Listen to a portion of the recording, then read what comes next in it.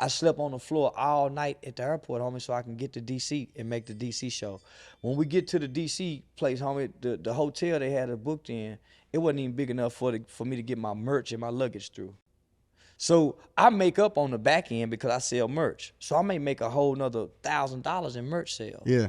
I make almost another $1,000, homie, and people taking pictures after the show. So I do well.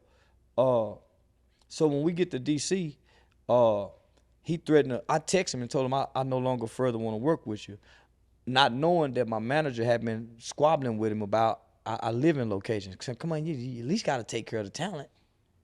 You've never met me in person. You sitting in California just getting free money. You never met me. You never flew out to a show. You don't know nothing about what's going on out here. We're doing our own promotions.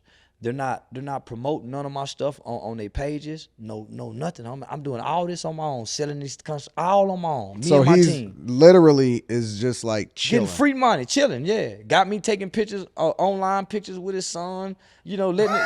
I mean, he's reaping the benefits. So when we complain about the conditions, he tell my manager, I'll pull this motherfucking tour. And she said, he threatened to pull the tour. What is this, Big Red Records? Well, listen, homie. He don't know the white people that already came to me. Yeah. He don't know the white people that already came to my manager and explained to her that I bet somewhere in Charleston's he's paying somebody some extra money. That's what made her start looking.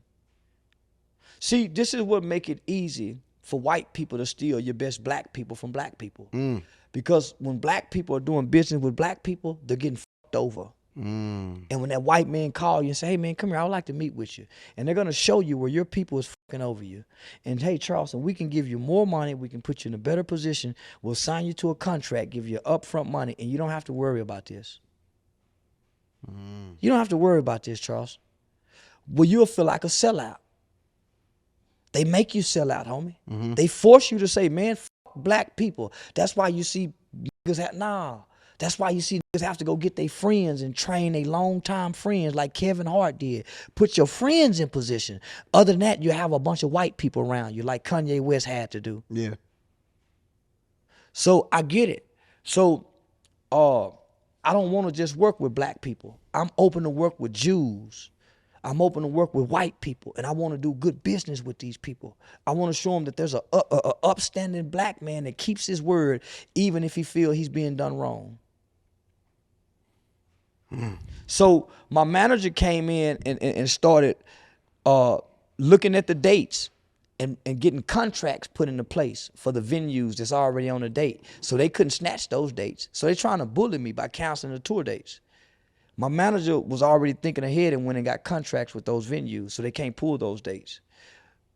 So homie, it's going great with a lot of barriers and a lot of obstacles. I'm still selling out shows. The people still setting up, and other venues are still opening their doors. So man, shout out to Dave the Jeweler.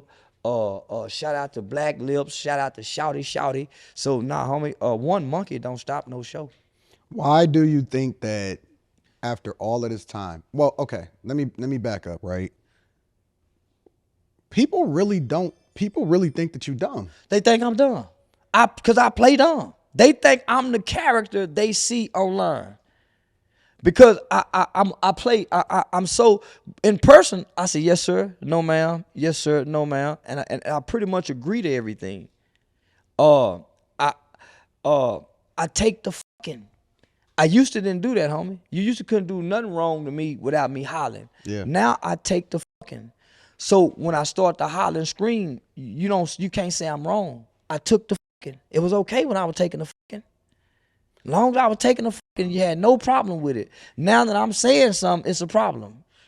If somebody looks at you, all that tells me is that they not really familiar with you, but they just trying to ride the wave. Most people are trying to ride the wave. And the reason I say that is because if anybody does any research on you, or if they look at any of your content extensively, they would know that you're intelligent. All you got to do is look at your background, look at your history, look at how you were able to maneuver through politics, how you were able to interact with certain people, how you communicate online, how you break things down. Man, I got a whole character letter that's from the United States Department of Homeland Security Human Trafficking Division.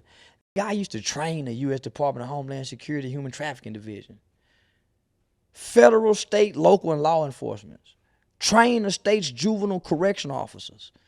I'm the last nigga to turn the votes in on the election as an election judge. You talking about private phone call with Barack Obama.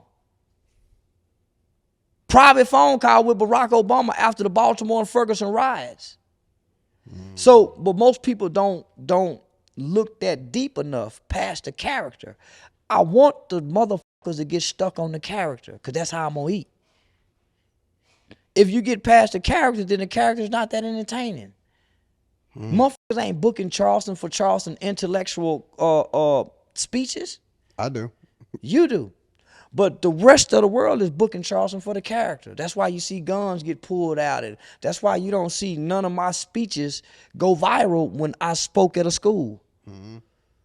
Here this year, in the last few months, that's why you see none of my speeches where I'm training and I'm teaching at college universities. I teach at college universities. Yeah. I teach classes. I teach a class every other semester at a college university. So they don't know that, and it ain't for them to know. So this how the smart person lose. He show up being smart. Everybody know he's smart, so everybody start trying to go against him. They start trying to sabotage his smart. You see what I'm saying? He show up smart. Everybody take advantage of the dummy. So I'm the dummy. But I'm taking advantage of being the dumb. I'm the nigga that's taking advantage of the smart people playing dumb. Just the ignorant nigga playing smart. Why you don't think that, because you said something specifically about you want to do business with your people. I would love to. Right? I wake up to do it. And I was talking to Du, right? And we was kicking it. Because, well, first, before we get into that, because now I got to mind this out, right? Because we don't even be knowing, as usual, what we going to talk about. Yeah, we call it blind man shuffle. Now, I heard somebody say, man, if Antoine and Charleston came up with some topics, man, they would kill the game. Well, we killing it now, so y'all come up with some topics. Y'all write in and tell us some shit. I'm not doing none of that. I'm just going to have a conversation. I do what I want to do. See, don't nobody own me, so they can't tell me what to do. I don't have to answer to nobody. Yeah. You dropped your? Okay, you got it? All right, cool. So I was talking to Du, right? And Du was talking about, he was kind of giving me the insight on, he didn't say names or whatever, and I don't want him to because it is what it is. But he was saying specifically that for a long time, all the way up until last year, y'all been going through it as far as different people trying to finesse y'all and do y'all dirty or whatever. And I'm assuming that the majority of the people that y'all dealt with was black. Majority of them. Everybody. For as industry-wise, only white person I've ever dealt with was Vlad TV and Alex Stein.